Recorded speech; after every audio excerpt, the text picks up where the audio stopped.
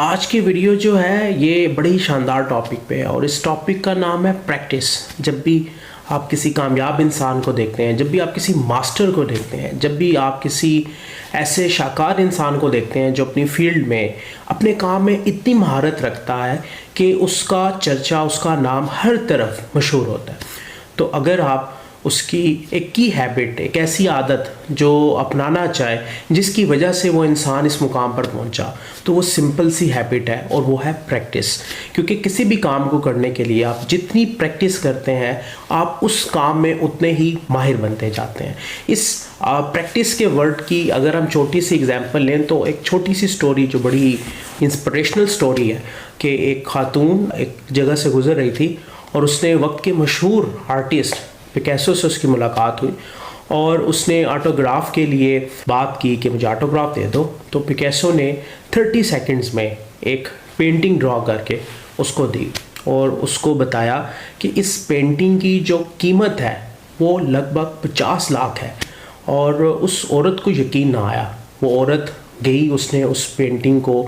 بیچنے کے لیے دکاندار کے ساتھ بات چیت کی اور اس کو بتایا کہ یہ پکاسو کی بنائی ہوئی پینٹنگ ہے، تو یہ کتنے میں خریدو گے؟ تو اس دکاندار نے اس پینٹنگ کو دیکھ کے کہا واو اٹس پکاسو پینٹنگ اور اس کی قیمت 50 لاکھ کے قریب ہے۔ تو وہ عورت اس لمحے ایک شوق میں چلے گی، اسے جھٹکا لگا کہ 30 سیکنڈ میں اتنی قیمتی پینٹنگ کیسے بنائی جا سکتی ہے۔ تو اس نے پکاسو کو ٹریس کرنا شروع کیا۔ 2 دن بعد وہ پکاسو کے اس ٹھکانے تک پہنچی جہاں پر وہ کام کرتا تھا اور اس نے کہا، پکاسو سے ملاقات کی اور کہا کہ آپ مجھے بھی یہ ہنر سکھا دیں کہ میں 30 سیکنڈ میں ایسی پینٹنگ بنا سکوں جس کی مالیت 50 لاکھ ہو۔ تو پکاسو مسکرایا اور اس نے کہا کہ 30 سیکنڈ میں یہ جو پینٹنگ بنی ہے، اس 30 سیکنڈ کی پینٹنگ کو بنانے کے لیے، اس ایکسپرٹی کو حاصل کرنے کے لیے میں نے 30 سال پریکٹس کی ہے۔ تو اگر آپ بھی اس جیسی پینٹنگ بنانا چاہتی ہیں تو آپ کو بھی پریکٹس کرنی ہوگی،